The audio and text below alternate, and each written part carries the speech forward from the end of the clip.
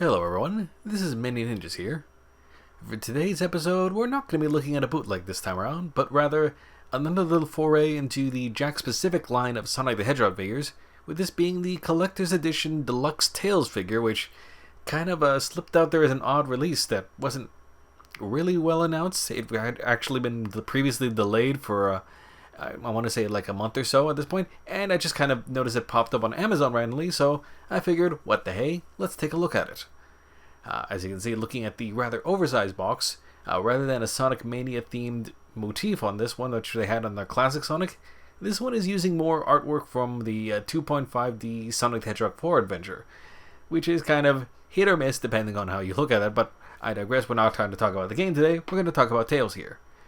Namely, Tails himself is, as you can see, he's standing at roughly about 5 inches tall, so he's a bit of an oversized figure, much like the same Sonic figure from before, and much like that one, the figure also comes with an interesting little lenticular stand on there for Tails to be presented on.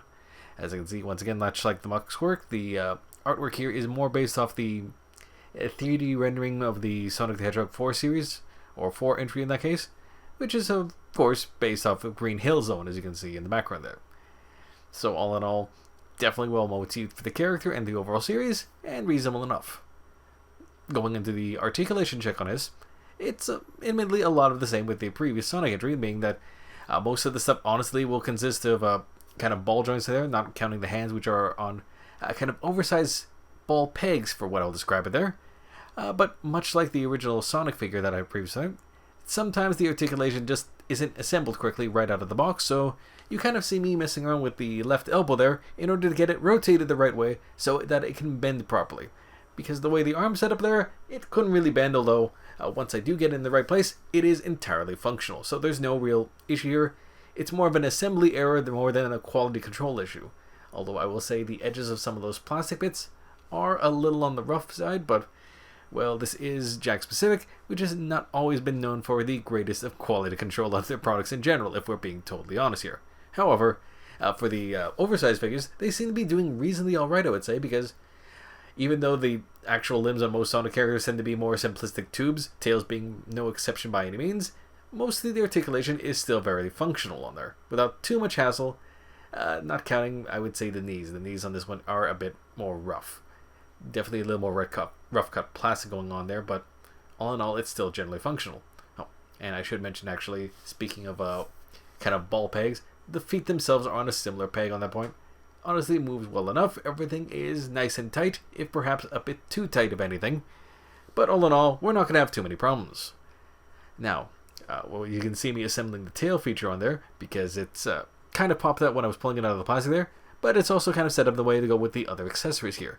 Namely, Tails comes with a bunch of different tails, 3 different sets here, of varying paint qualities. You can kind of see me looking at there. You have kind of a more standard Tails, well, it's going to be hard to say this particular view.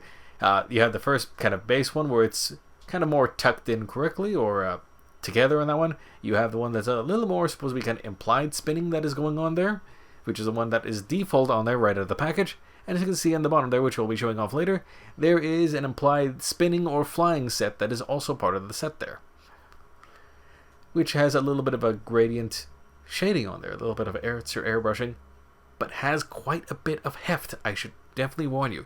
For this one, you're definitely going to want to mess with the stand or get it to rotate in such a way that you'll be kind of using that to help stand the figure up, because once you put this particular set of tails on there, Miles here will be kind of falling over in that, because it's actually about equal weight, if not a little more than the base figure itself, I would say.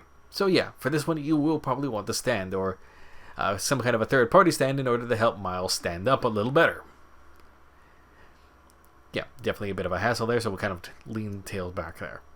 Now, in terms of the face accessories, he's got 3 different overall mouths, a little more of a smiling, one that is, I will say, less amused, and then a general smile on the way.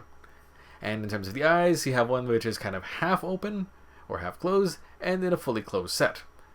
Much like the Sonic figure, you have to start off by pulling off the mouth or the muzzle, whatever term you want to use on there, before you get to the eyes, which, as you can see, they're stuck in there pretty well, which of course means also that they will have no real fear of falling out at any point, so at least on the bright side, you don't have to worry about things getting lost very easy on this one.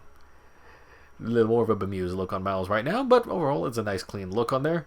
And the plates, as you can see, hold in very well.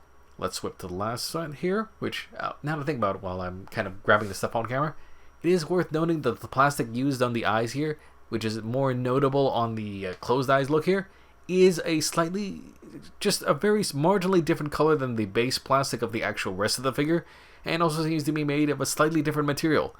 Hindsight being 2020, I probably should have taken a picture of something like this, but I even noticed because I had a blue light set up somewhere else in my house here.